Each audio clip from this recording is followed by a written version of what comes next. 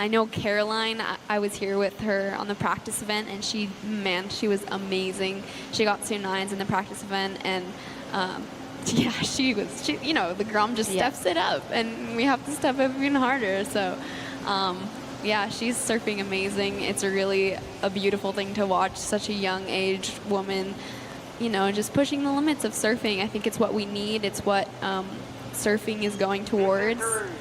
And yeah, I think it's just beautiful to be a part of. She's so self-assured, really confident. Do you forget sometimes that she's 16? Oh, all the time. She holds herself like a 20-year-old already. I swear I'm younger than her.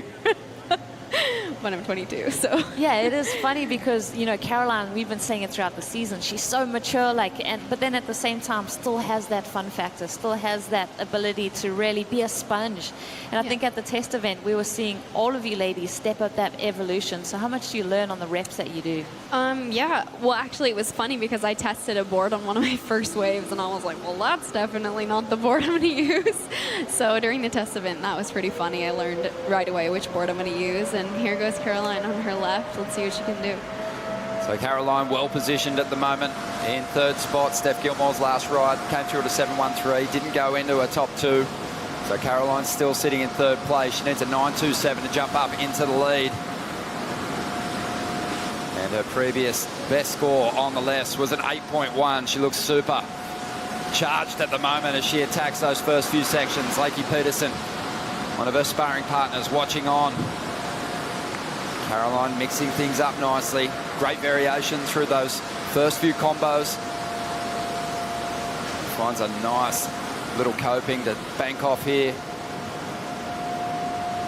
And just setting up the barrel now, kicking on the tail. Taking her time with this one. Stalling, using that arm. Finds a bit of cover. Wasn't particularly deep, but can turn in something special with a big air on the end. Unfortunately, just lost contact with her equipment there. It was a great try. So sure-footed, though, isn't she? She really looks like planted on her board, never looks wobbly between turns. She never falls. Except for the end there. Just that one fall at the end. But just on the air. So solid through all these maneuvers. But there is something in her technique. We talk about her not falling. She never fully extends. She's so compact.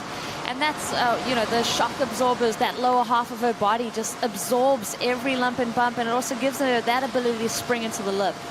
Tati, sometimes when we're watching someone with such a smooth style, linking their turns together, flowing so brilliantly, you kind of can miss some of the high-risk moves that unfold on a wave. And we saw that one turn from Caroline on the wave where the whole back of her board came out of the lip. All 3 fins at that point were free.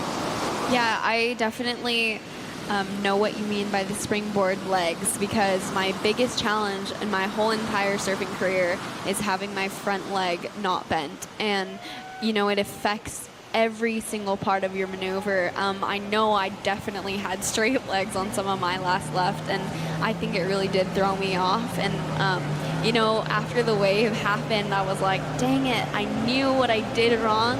But during the moment, there's no way of pulling your mind back to reality and remembering, oh, shoot, I need to bend my knees and I need to just accelerate past this little section that's breaking in front of me, you know?